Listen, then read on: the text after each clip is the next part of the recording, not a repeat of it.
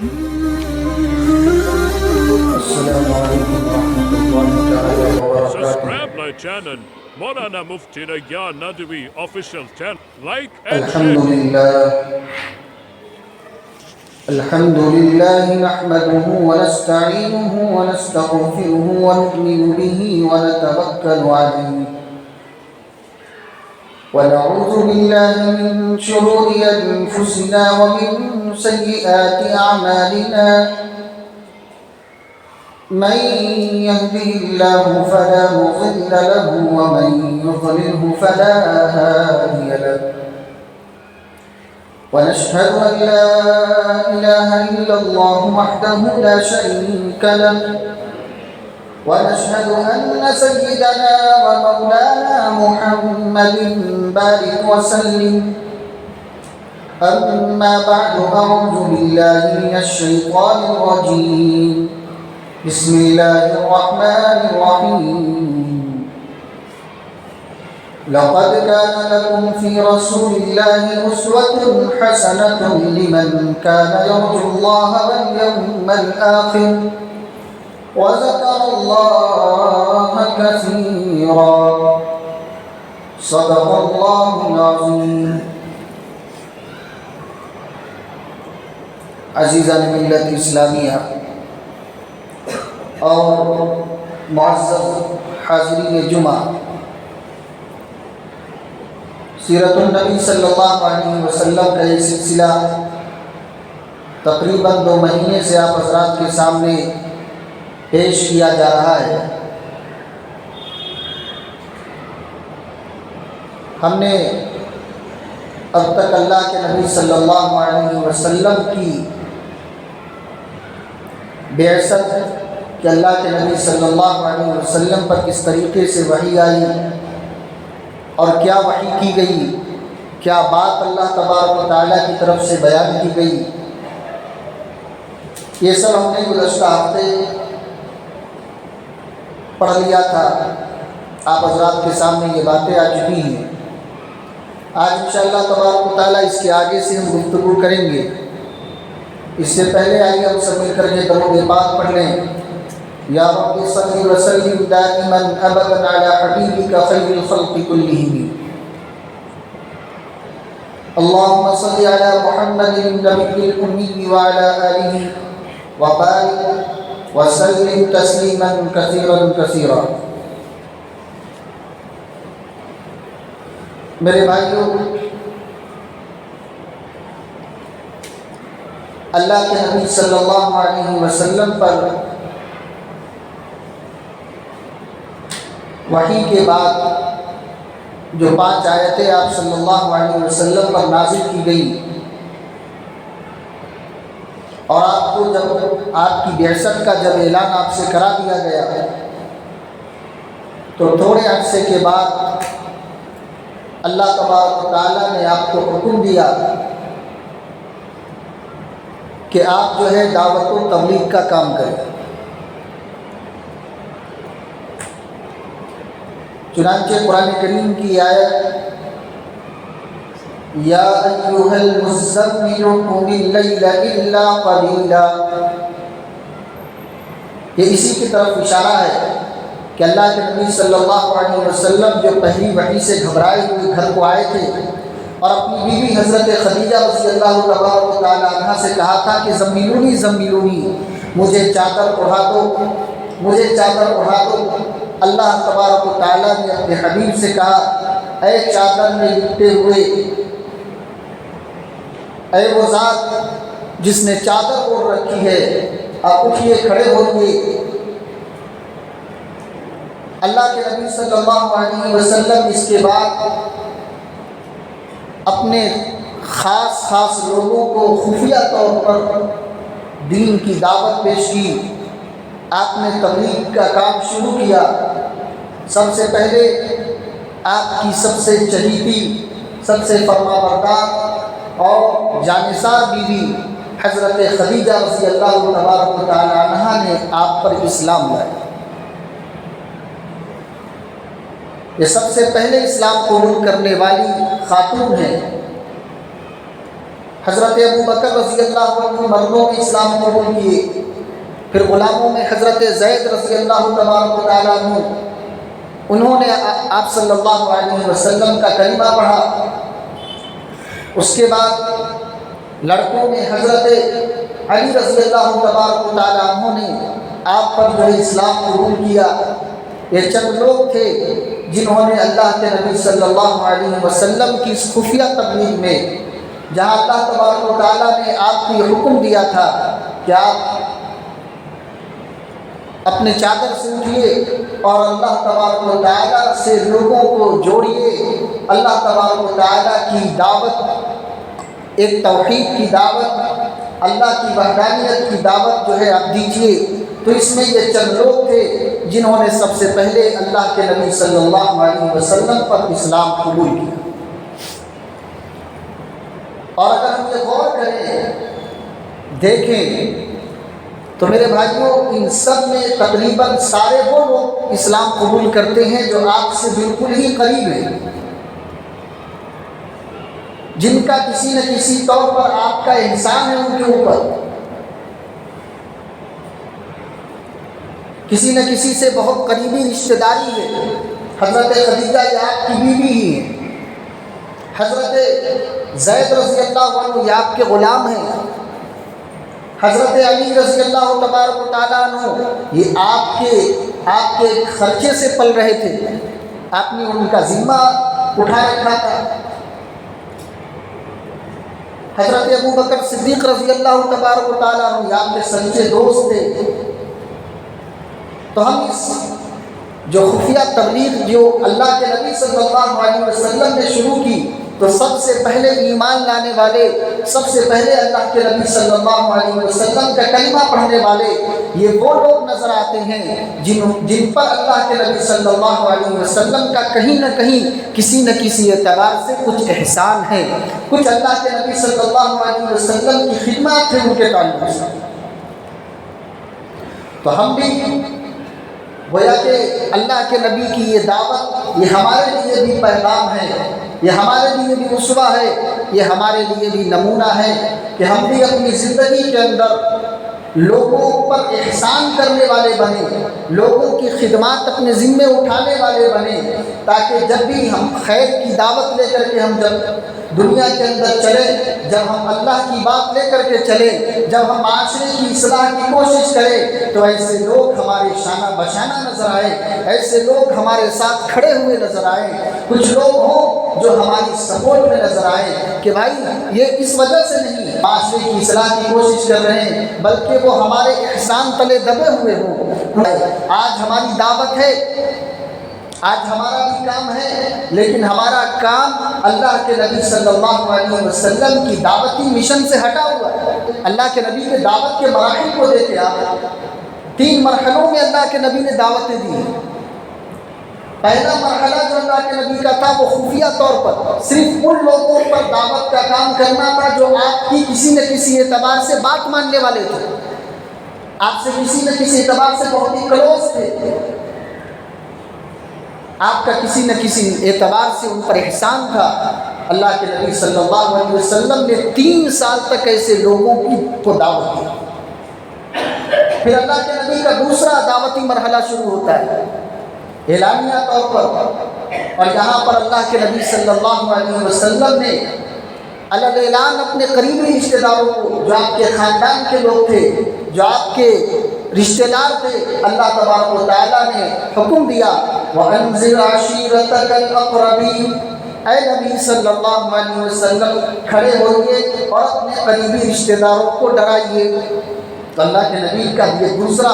دعوتی مرحلہ تھا، یہاں پر اللہ کے نبی یہ دعوت کا کام شروع کیا۔ آپ نے اعلانیہ طور پر کھلے عام جو ہے اللہ کی توحید کو ببانگ دہل لوگوں کے سامنے پیش کیا۔ تیسرا مرحلہ اس کے بعد شروع ہوتا ہے کہ اللہ کے نبی صلی اللہ علیہ وسلم دعوت بھی دیتے ہیں اور ان لوگوں سے جہاد بھی کرتے ہیں، ان لوگوں سے قتال بھی کرتے ہیں جو کسی نہ کسی اعتبار سے مسلمانوں کے دشمن تھے، مسلمان اسلام کی جو ہے دشمنی میں وہ حد سے آگے نکلے ہوئے تھے، مسلمانوں سے لڑنا بھڑنا چاہتے تھے، مسلمانوں کو مٹانے کی سازشیں کرنے والے تھے۔ ایسے لوگوں سے جہاد بھی کرنا تھا اور ساتھ میں جو ہے دعوت بھی دینی تھی۔ یہ 3 مراحل سے اللہ کے نبی صلی اللہ علیہ وسلم نے اپنی پوری دعوت کو جو ہے رکھا ہے امت کے ساتھ۔ تو ہماری دعوت بھی اللہ کے نبی کی اس مشن کو اور اللہ کے نبی کے اس طرز کو سامنے رکھتے ہوئے کریں کہ جب مسلمانوں کی تعداد نہیں ہے کہ اللہ کے نبی کو دعوت کا حکم دیا جا رہا ہے، تو اللہ کے نبی نے حکمت کے ساتھ، اللہ کے نبی نے جذبات میں آ کر کے نہیں، اللہ کے نبی نے غصے میں آ کر کے نہیں، اور غصے اور جذبات سے پرے ہو کر کے اللہ کے نبی صلی اللہ علیہ وسلم نے بڑی ہی حکمت کے ساتھ، بڑی ہی سمجھداری کے ساتھ اللہ کے نبی نے خفیہ طور پر دعوت کا کام شروع کیا۔ 3 سال تک مسلسل دعوت دیتے رہے، جس میں چند لوگ اسلام قبول کرنے والے بنے۔ اس کے بعد اللہ کے نبی صلی اللہ علیہ وسلم کو حکم دیا جاتا ہے کہ اللہ کے نبی صلی اللہ علیہ وسلم اب کھلا دعوت دیجیے، اب آپ علی اعلان دعوت دیجیے۔ اللہ کے نبی صلی اللہ علیہ وسلم صفا پہاڑی پر چڑھتے ہیں، اور اس زمانے میں ایک جملہ تھا جس سے قوم کو متوجہ کیا جاتا تھا۔ جب کوئی حملہ ہونے والا ہوتا تھا تو اس جملے کے ذریعے سے لوگوں کو اٹینشن کیا جاتا تھا، اپنی طرف متوجہ کیا جاتا تھا۔ اللہ کے نبی صفا پہاڑی پر کھڑے ہوئے اور اللہ کے نبی صلی اللہ علیہ وسلم نے وہی جملہ کہا۔ اس زمانے میں یہ جملہ تھا، یا صباحا یا صباحا۔ سب لوگ گھبرائے ہوئے فوراً اپنے اپنے گھروں سے نکل کر کے متوجہ ہوئے۔ اللہ کے نبی صلی اللہ علیہ وسلم نے اس موقع پر اپنی دعوت کو پیش کیا اور تمام اپنے خاندان والے کا نام لے لے کر کے پکارا اور مخاطب کیا اور کہا، قولوا لا الہ الا اللہ تفلحون۔ اے لوگو، اے میرے خاندان کے لوگوں، اے میرے رشتہ داروں، تم سب کے سب لا الہ الا اللہ پڑھ لو، توحید کا اقرار کر لو، شرک سے باز آ جاؤ، تم کامیاب ہو جاؤ گے۔ اس کے بعد اللہ کے نبی صلی اللہ علیہ وسلم نے نام لے لے کر کے اپنی بیٹی کو، اپنے خاندان کے لوگوں کو، اپنے رشتہ داروں کو مخاطب کیا اور کہا، انقذوا انفسکم من النار۔ اے لوگوں، تم سب کے سب جہنم کی آگ سے بچو، اپنے آپ کو جہنم کی آگ سے بچاؤ۔ کل قیامت کے دن میں تمہارے کسی کام میں نہیں آؤں گا جب تک کہ تم کلمہ طیبہ کا اقرار نہ کر لو، جب تک کہ تم توحید کا اقرار نہ کر لو، جب تک کہ تم یہ معبودان باطل کی پرستش نہ چھوڑ دو، جب تک کہ تم شرک سے باز نہ آ جاؤ، میں تمہارے کسی کام نہیں آ سکتا۔ بچاؤ اپنے آپ کو جہنم کی آگ سے۔ سارے لوگ جب یہ دعوت اللہ کے نبی صلی اللہ علیہ وسلم نے تمام لوگوں پر پیش کیا تو یہ دعوت اس ماحول کے لیے بالکل نہیں تھی۔ کہاں 360 معبودان باطل کی پرستش کرتے ہوئے جن کی زندگیاں گزری تھی، ایک اللہ وحدہ لا شریک کی دعوت ان کے دلوں کو ہضم کیسے ہوتی؟ جہاں زمانے جاہلیت کا نظام ان کے سروں پر سوار تھا، وہاں اسلام جیسا نظام ان کے دماغوں میں کیسے داخل ہونے والا تھا؟ اللہ کے نبی صلی اللہ علیہ وسلم نے جب یہ دعوت دی، سب چلے گئے خاموش ہو کر، لیکن آپ کا ایک چچا جس کو ابو لہب کہا جاتا ہے، ابو لہب، اس نے فوراً اللہ کے نبی صلی اللہ علیہ وسلم کی طرف مخاطب ہو کر کے کہا، تبت لک یا محمد، اے محمد تمہارے لیے بربادی ہو، تمہارے لیے ہلاکت ہو، تمہارا ناس ہو، الہٰذا جمعتنا، کیا تم نے ہمیں اسی بات کے لیے یہاں پر بلایا ہے؟ اللہ کے نبی کی سب سے پہلی مخالفت کرنے والا کوئی شخص تھا تو وہ آپ کا سگا چچا جسے ابو لہب کہا جاتا ہے، اس نے اللہ کے نبی صلی اللہ علیہ وسلم کی مخالفت کی۔ اللہ تبارک و تعالیٰ کو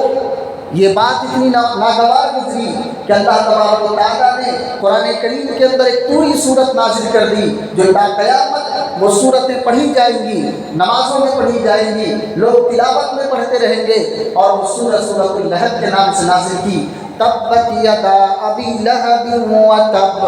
ما اغنی عنہ مالہ وما کسب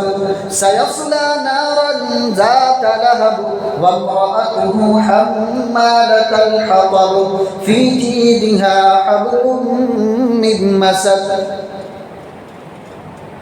اس نے اللہ کے نبی صلی اللہ علیہ وسلم کو کہا تھا کہ تیرا ہلاک ہو، تیرا ناس ہو جائے۔ اللہ تبارک و تعالیٰ نے کہا یہ میرے نبی ہیں، یہ میرے آخری رسول ہیں، یہ برباد نہیں ہوں گے، برباد تو ان کا دشمن ہوگا، برباد تو ان کا مخالف ہوگا، برباد تو ان کا انکار کرنے والا ہوگا۔ اللہ تبارک و تعالیٰ نے اللہ کے نبی کو گویا کہ تسلی دی۔ اور اس سورہ کے اندر ابو لہب کو چیلنج کیا گیا کہ سیصلی نارا ذات لہب، یہ جہنمی ہوگا، یہ ایمان نہیں لائے گا۔ حالانکہ یہ اسلام کی حقانیت ہے، یہ قرآن کی حقانیت ہے، یہ اس سورہ کے نازل ہونے کے بعد بھی وہ برسوں زندہ رہا، لیکن اسے اسلام قبول کرنے کی توفیق نہیں ملی۔ وہ اگر جھوٹ موٹ کا بھی اسلام قبول کر لیتا، منافق بن جاتا، تب بھی یہ کہہ سکتا تھا کہ دیکھو قرآن نے تو چیلنج کیا تھا کہ میں جہنمی ہوں، لیکن میں اسلام لے کر کے آ گیا ہوں، میں کلمہ پڑھ لیا ہوں، میں نے محمد کو مان لیا ہے۔ دیکھو محمد پر نازل ہونے والا قرآن جھوٹا ہے، لیکن زندگی بھر برسوں اس سورہ کے نازل ہونے کے بعد بھی وہ زندہ رہا، لیکن اس کو کبھی جھوٹ موٹ کا بھی اسلام لانے کی توفیق نہیں۔ یہ اسلام کی حقانیت، یہ اسلام کی صداقت ہے کہ اللہ تبارک و تعالیٰ نے جس کی پیشین گوئی کر دی تھی کہ یہ اسلام نہیں لائے گا، یہ ایمان نہیں لائے گا، وہ پیشین گوئی پوری ہوئی۔ اور یہ واقعات ہم مسلمانوں کے لیے، ہم ایمان والوں کے لیے ایک عبرت کا نشان بن گیا، ہمارے لیے ہدایت کا نشان بن گیا۔ ہم اس واقعے کو جب پڑھتے ہیں تو ہمیں اللہ کے نبی سے اور محبت بڑھ جاتی ہے۔ ہم جب اس بات کو سنتے ہیں اور سمجھتے ہیں تو ہم اللہ کے نبی سے، مذہب اسلام سے ہمارے دلوں کے اندر، ہمارے قلوب کے اندر اور جو ہے ایک قسم کی مضبوطی پیدا ہو جاتی ہے، جماؤ پیدا ہو جاتا ہے کہ اگر مذہب اسلام سچا نہیں ہوتا، جھوٹا ہوتا، تو ابو لہب کلمہ پڑھ سکتا تھا، وہ اس سورت کے نازل ہونے کے بعد جھوٹ موٹ کا بھی اعلان کر سکتا تھا کہ میں نے محمد کو نیچا کر دیا ہے، میں نے اسلام کو جھوٹا ثابت کر دیا ہے، میں نے قرآن کو جھوٹا ثابت کر دیا ہے، لیکن وہ کئی برسوں تک زندہ رہنے کے بعد بھی اسے ایمان کی توفیق نہیں ملی۔ یہ مذہب اسلام کی حقانیت نہیں تو اور کیا ہے؟ تو اللہ کے نبی صلی اللہ علیہ وسلم اعلانیہ طور پر دعوت دے رہے ہیں، سب کو بلا رہے ہیں۔ جب اللہ کے نبی صلی اللہ علیہ وسلم نے اعلانیہ دعوت شروع کی تو قوم نے مخالفت شروع کی۔ اللہ کے نبی دین کی دعوت دے رہے ہیں، لوگ آپ کو پاگل کہہ رہے ہیں، یہ کہہ رہے ہیں کہ یہ تو پاگل ہو گیا ہے۔ اللہ کے نبی صلی اللہ علیہ وسلم جب قرآن پڑھ کے اپنی قوم کو سنا رہے ہیں، جب قرآن پاک کی تلاوت کر رہے ہیں تو یہ کہا جا رہا ہے کہ یہ تو شاعری ہے، یہ اللہ کا کلام نہیں، یہ تو محمد شاعر ہیں جو شاعری پیش کر رہے ہیں۔ اور جب اللہ کے نبی صلی اللہ علیہ وسلم کی دعوت سے، آپ کی تبلیغ سے، آپ کے کلام کے پڑھنے سے کوئی متاثر ہو جاتا، کوئی ایمان قبول کر لیتا تو یہ کہہ دیا جاتا کہ یہ تو جادوگر ہے، اس نے جادو کر دیا ہے اپنی قوم پر۔ اللہ کے نبی کو ستایا جانے لگا ہے۔ کب؟ جب دعوت اعلانیہ طور پر دی جائے۔ آج بھی میرے بھائیوں، آپ آزما کر کے دیکھ لیں، آپ نماز پڑھ رہے ہیں، کوئی آپ کو ٹوکنے والا نہیں ہے، آپ حج کریں، کسی سے آپ کو کوئی مطلب نہیں، آپ دین کا کیا کام کر رہے ہیں، قرآن پڑھیں، نماز پڑھیں، زکوٰۃ دیں، حج کریں، عمرہ کریں، آپ کو کوئی کچھ نہیں بولے گا۔ لیکن جب آپ قوم کی اصلاح کے لیے کھڑے ہو جائے، آپ یہ سوچیں کہ اس قوم کی برائیوں کو ہم ختم کریں گے، اپنے گھر کی برائیوں کو ختم کریں گے، ہم اپنے معاشرے کی برائی کو ختم کریں گے، ہم اپنے سماج سے برائیوں کو دور کریں گے اور صحیح دین کی بات پیش کریں گے۔ میرے بھائیو، آپ آزما کر کے دیکھ لینا، جب بھی قوم نے، جب بھی کسی نے اعلانیہ طور پر کھلے عام دعوت دی ہے، ہر اس شخص کی مخالفت کی گئی۔ آپ کی مخالفت کی جائے، آپ اپنے گھر کو سدھارنے کی کوشش کریں، دیکھیں سب آپ کے مخالف ایسے ہو جائیں گے، آپ کے گھر کے لوگ آپ کے مخالف ہو جائیں گے۔ آپ اپنے گاؤں اور اپنے معاشرے اور اپنے محلے کو صحیح کرنے کی کوشش کریں،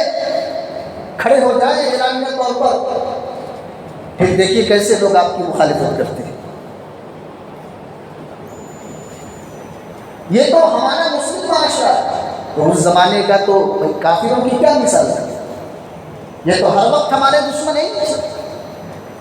ان کو تو بس ابھی اسلام سے الرجی ہے، اسلامو فوبیا کا شکار ہو چکے۔ تو جب ہمارے معاشرے کا، ہمارے سماج کا یہ حال ہے، تو پھر غیروں سے ہم کیا رونا روئیں گے؟ اور اس دعوت کی اس مشن میں ہم لوگوں کے لیے بھی یہ تسلی ہے کہ جب آپ دعوت کے لیے کھڑے ہوں گے، حق بات آپ بیان کریں گے، تو آپ کی مخالفت کی جائے گی، آپ کو روکا جائے گا، آپ کو سمجھایا جائے گا، آپ کی لنچنگ کی جائے گی، آپ کو ستایا جائے گا، آپ کو مارا جائے گا، اور اس سے بھی باز نہیں آئیں گے تو کمپرومائز کرائی جائے گی۔ یہ ساری جو ہے اللہ کے نبی کی سیرت میں یہ ساری چیزیں ہو چکی ہیں۔ آج یہ جتنی چیزیں ہو رہی ہیں، یہ ہمیں لگتا ہے کہ یہ نیا کچھ شروع ہو رہا ہے ہمارے ملک کے اندر، ایسا نہیں ہے، یہ سب پہلے ہو چکا ہے، کیونکہ ہم نے پڑھا نہیں ہے، ہم نے سمجھا نہیں ہے، تو ہم جب اپنے ملک کے حالات کو دیکھتے تو لگتا ہے یہ کیا نیا نیا شروع ہو رہا ہے۔ تو اللہ کے نبی صلی اللہ علیہ وسلم جب دعوت لے کر کے اعلانیہ طور پر شروع ہوئے تو آپ کو تکلیف دی گئی، آپ کی اعلانیہ دعوت پر آپ کو طرح طریقے سے ستایا گیا، جملے کسے گئے۔ شروع میں جو غریب طبقہ تھا، جو کمزور طبقہ تھا معاشرے کا، وہ اللہ کے نبی صلی اللہ علیہ وسلم پر ایمان لاتا ہے۔ اللہ کے نبی صلی اللہ علیہ وسلم پر جو کمزور اور غریب طبقہ ایمان لاتا ہے، تو صرف یہ ظالم اللہ کے نبی کو ستانے سے باز نہیں آتے ہیں، ان مسلمانوں کو بھی ستانے کا کام شروع کیا جاتا ہے، ان کو بھی تکلیفیں دینی شروع کی جاتی ہے۔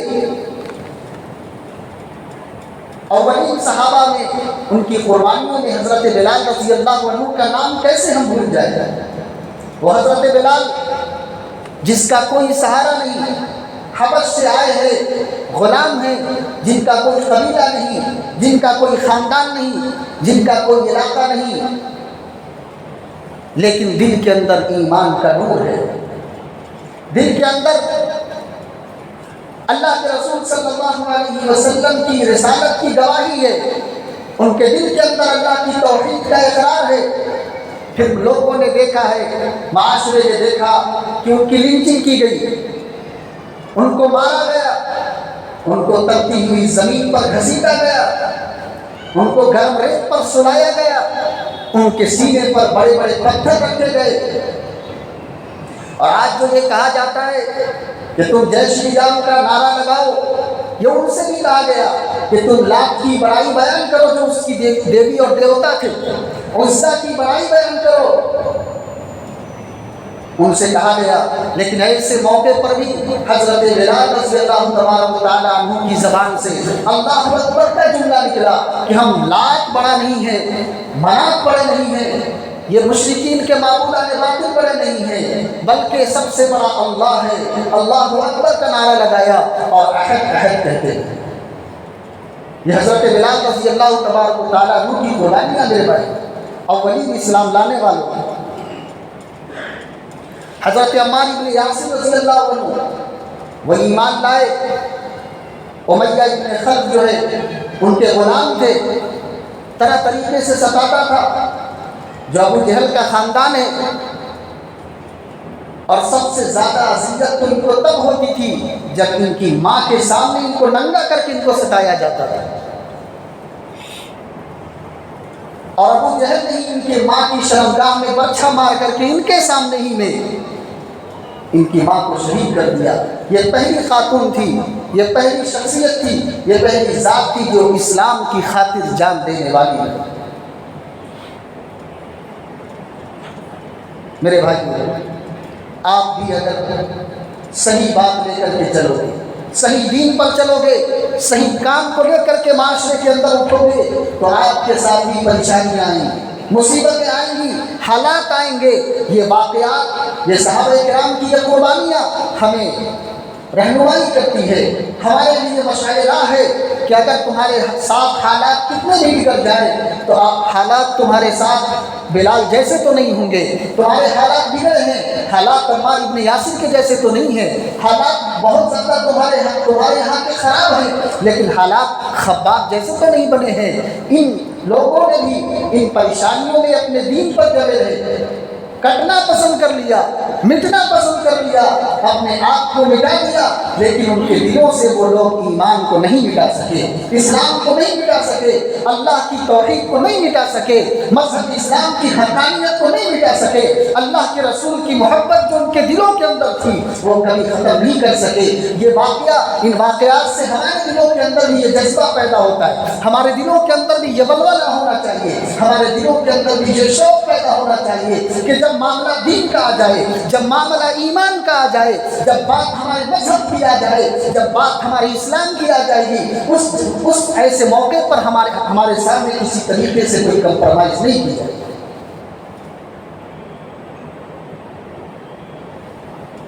تو میرے بھائیوں، صحابہ نے پریشانیوں پر، مصیبتوں پر جمے، تو آج ہم ان کے نام سے اپنے ایمان کو تازہ کرتے ہیں، آج ان کا نام لیتے ہیں تو ہمارے دلوں کے اندر ایمان کی کیفیت میں اضافہ پیدا ہوتا ہے، ایمان کی حلاوت ہمیں محسوس ہوتی ہے۔ آج اگر آپ بھی کھڑے ہوں گے اللہ کی دین کے لیے، اعلاء کلمت اللہ کے لیے، اپنے معاشرے کی اصلاح کے لیے، اپنی قوم کی اصلاح کے لیے، تو یقیناً پریشانیاں تو آئیں گی، لیکن جب آپ جم جائیں گے اور ثابت قدم رہیں گے اور اللہ کی توفیق سے جب کامیاب ہو جائیں گے، تو اللہ تبارک و تعالیٰ نے جس طریقے سے صحابہ کو رضی اللہ عنہ کہہ کے ان کو اپنا آئیڈیل بنایا، ان کو ہم مسلمانوں کا رہنما اور رہبر بتایا ہے، آج آپ کے پاس بھی موقع ہے، آپ بھی اپنے آنے والی نسلوں کے لیے آئیڈیل بن سکتے ہیں، رہنما بن سکتے ہیں، بڑے بن سکتے ہیں، آپ ان کے مشعل راہ بن سکتے ہیں۔ آج ہمارے کندھوں پر ذمہ داری ہے، کل صحابہ پر تھی، آج ہمارے کندھوں پر ہے، آج ہم اس ذمہ داری کو اگر ادا کریں گے تو جیسا آج ہم ان کا نام لے کر کے اپنی ایمان کو تازہ کرتے ہیں، کل ہماری نسلیں جب آئیں گی، ہمارے بچے جب آئیں گے، ہماری اولاد جب آئے گی، تو وہ یہ کہہ کر کے جائے گی کہ ہمارے باپ نے، ہمارے والدین نے جو ہمارے گھروں کے اندر دین زندہ کیا ہے، ہمارے گھروں کے اندر جو نبی کی سنتیں زندہ کی ہیں، ہمارے گھروں کے اندر جو مذہب کا صحیح رہنمائی ہماری کی ہے اور ہمیں اللہ سے جوڑا ہے، کل یہ آپ کی دعائیں دینے والے بنیں گے، آپ کو بددعائیں دینے والے نہیں بنیں گے۔ یہ کل قیامت کے دن آپ کے لیے خوشخبری کا ذریعہ بنیں گے، آپ کے لیے مایوسی کا ذریعہ نہیں بنیں گے میرے بھائی۔ تو میرے بھائیوں، اللہ کے نبی صلی اللہ علیہ وسلم کے صحابہ نے بھی بڑی بڑی قربانیاں دی اس دین کی خاطر۔ اب صحابہ کرام رضی اللہ عنہم اور اللہ کے نبی اس طریقے سے ستائے جا رہے ہیں، پریشان کیے جا رہے ہیں، مارے جا رہے ہیں، اللہ تبارک و تعالیٰ نے یہ چاہا کہ مذہب اسلام کو تقویت دی جائے، مذہب اسلام کی آبیاری کی جائے، تو آپ کے چچا حضرت حمزہ رضی اللہ عنہ کا اسلام لانا بھی مذہب اسلام کے لیے، اللہ کے نبی کے لیے، مسلمانوں کے لیے تسلی کا سامان بنا، تقویت کا سامان بنا۔ حضرت حمزہ رضی اللہ تبارک و تعالیٰ عنہ شکار پر گئے ہوئے تھے، شکار کر کے واپس آئے تو آپ کی نوکرانی جو تھی لونڈی، اس نے آ کر کے بتایا کہ تمہارے بھتیجے کو ابو جہل نے مار مار کر کے لہو لہان کر دیا۔ جب حضرت حمزہ رضی اللہ تبارک و تعالیٰ عنہ اس وقت تک ایمان نہیں لائے تھے، جب یہ بات معلوم ہوئی تو غیرت میں آ گئے، خونی رشتہ ہے، خاندان کے تھے، غیرت میں آ گئے اور ابو جہل کے پاس گئے، کمان تان لی اور کہا کہ تم نے میرے بھتیجے کو ستایا ہے، تم نے میرے بھتیجے کو مارا ہے، تم نے محمد رسول اللہ صلی اللہ علیہ وسلم پر ظلم کیا ہے۔ اس نے عاجزی اختیار کرتے ہوئے تسلیم کر لیا۔ تو اس موقع پر حضرت حمزہ رضی اللہ تبارک و تعالیٰ عنہ نے کہا اگر تو اس لیے میرے بھتیجے کو ستا رہا ہے، اگر تو میرے بھتیجے کو اس لیے مار رہا ہے کہ وہ ایک دین پیش کر رہا ہے، وہ مذہب اسلام کا پرچار کر رہا ہے، وہ مذہب اسلام کو لوگوں تک پہنچا رہا ہے، تو سن لو آج سے میں اپنے بھتیجے کے دین پر ہوں۔ اللہ تبارک و تعالیٰ نے آپ کے چچا حضرت حمزہ رضی اللہ تبارک و تعالیٰ عنہ کو اسلام جیسی دولت دے کر کے، ایمان جیسی نعمت دے کر کے مذہب اسلام کی تقویت کا ذریعہ بنا دیا۔ آج اللہ تبارک و تعالیٰ نے اگر آپ کو قوم کی سرداری دی ہے، آپ قوم کے بڑے ہیں، آپ کی بات مانی جاتی ہے، حضرت حمزہ کی طرح آپ بھی آگے آئیے معاشرے کے اندر، حضرت حمزہ کی طرح آپ بھی آگے بڑھیے اور بڑھ کر کے جو ہے دین کی سربلندی کے لیے، حق کی صداقت کے لیے، اعلاء کلمت اللہ کے لیے، اللہ کے نبی کی سنتوں کو زندہ کرنے کے لیے آپ کھڑے ہو جائیں۔ آپ کے ذریعے سے اگر مذہب اسلام کو تقویت مل جائے، آپ کی وجہ سے، آپ کے آگے آنے کی وجہ سے اگر کہیں کوئی سنت زندہ ہو جائے، آپ کے چلنے کی وجہ سے کہیں کوئی اللہ کی دین کی طرف آ جائے، میرے بھائیوں، تو آپ بھی حضرت حمزہ جیسا اللہ تبارک و تعالیٰ آپ کو بھی وہ مرتبہ عطا کر دے۔ کون جانتا تھا جب تک اسلام قبول نہیں کیا ہے، وہ آگے چل کر کے اسلام کا شیر کہلائے گا، اللہ کا شیر کہلائے گا۔ اللہ کے نبی صلی اللہ علیہ وسلم نے حضرت حمزہ رضی اللہ تبارک و تعالیٰ عنہ سے کہا تھا یہ اللہ کے شیر ہے، یہ اسد اللہ ہے۔ ان کے لانے، ان کے مذہب اسلام کو قبول کرنے سے تقویت ملی۔ اس کے بعد مسلمانوں میں ابھی بھی خوف کا ماحول تھا۔ مسلمان، اللہ کے نبی صلی اللہ علیہ وسلم نے دار ارقم کا انتخاب فرمایا، وہاں پر تمام صحابہ کو جمع کرتے، جو اسلام قبول کرتا ہوں کو دین کی باتیں سکھاتے، جو وحی نازل ہوتی، جو اللہ کی طرف سے پیغام آتا تھا، وہ وہاں پر اس مدرسے کے اندر، اس گھر کے اندر اللہ کے نبی صلی اللہ علیہ وسلم صحابہ کو تعلیم دیتے۔ ابھی مذہب اسلام خوف اور امن کے ماحول میں مسلمان ابھی گھرے ہوئے تھے کہ اللہ تبارک و تعالیٰ نے پھر سے اسلام کی تقویت کے لیے ایک شخص کو کھڑا کرتا ہے جس کا نام عمر بن الخطاب ہے۔ ان کے ایمان لانے کا قصہ بہت ہی مختصر انداز میں بیان کرتا ہے۔ وہ قتل کے ارادے سے، اللہ کے نبی کو شہید کرنے کے ارادے سے نکلے تھے، راستے میں کسی نے ان کا رخ ان کی بہن کی طرف موڑ دیا۔ جب وہ وہاں پہنچے ہیں میرے بھائیوں، تو قرآن کریم کی آیت تلاوت کی جا رہی تھی۔ قرآن کریم پڑھا، سورہ طٰہٰ کی آیتیں پڑھی، طٰہٰ ما انزلنا علیک القرآن لتشقى الا تذکرۃ لمن یخشی۔ یہ قرآن کریم نازل کیا گیا ہے، اس لیے نازل کیا گیا ہے کہ آپ اس سے پریشان نہ ہو جائے اے نبی صلی اللہ علیہ وسلم، بلکہ قرآن کریم پڑھنے والا، اس پر عمل کرنے والا تو دونوں جہاں کی سعادت اس کو نصیب ہو جاتی ہے۔ اللہ تذکرۃ لمن یخشی، یہ تو صرف اس شخص کے لیے نصیحت ہے جو اللہ تبارک و تعالیٰ سے ڈرنے والا ہے۔ یہ سننا تھا کہ حضرت عمر رضی اللہ تبارک و تعالیٰ عنہ کا رواں جو ہے کانپ اٹھا، لرز اٹھے، اللہ کی خشیت ان کے دلوں کے اندر پیدا ہوئی، اللہ کے نبی کے دربار میں جا کر کے مذہب اسلام قبول کر لیا۔ اللہ تبارک و تعالیٰ نے اس طریقے سے مذہب اسلام کی صداقت اور مذہب اسلام کی آبیاری کی۔ میرے بھائیو، وقت زیادہ ہو گیا ہے، اللہ رب العالمین سے دعا فرمائے اللہ تبارک و تعالیٰ ہمیں اور آپ کو بھی مذہب اسلام کی تقویت کا ذریعہ بنائے، دین کے پھیلانے کا ذریعہ بنائے۔ اللہ تبارک و تعالیٰ ہم سے شرور و فتن کو دور فرمائے، کہنے سننے سے زیادہ عمل کی توفیق عطا فرمائے۔ جو حضرات سنتیں نہیں پڑھیں سنتیں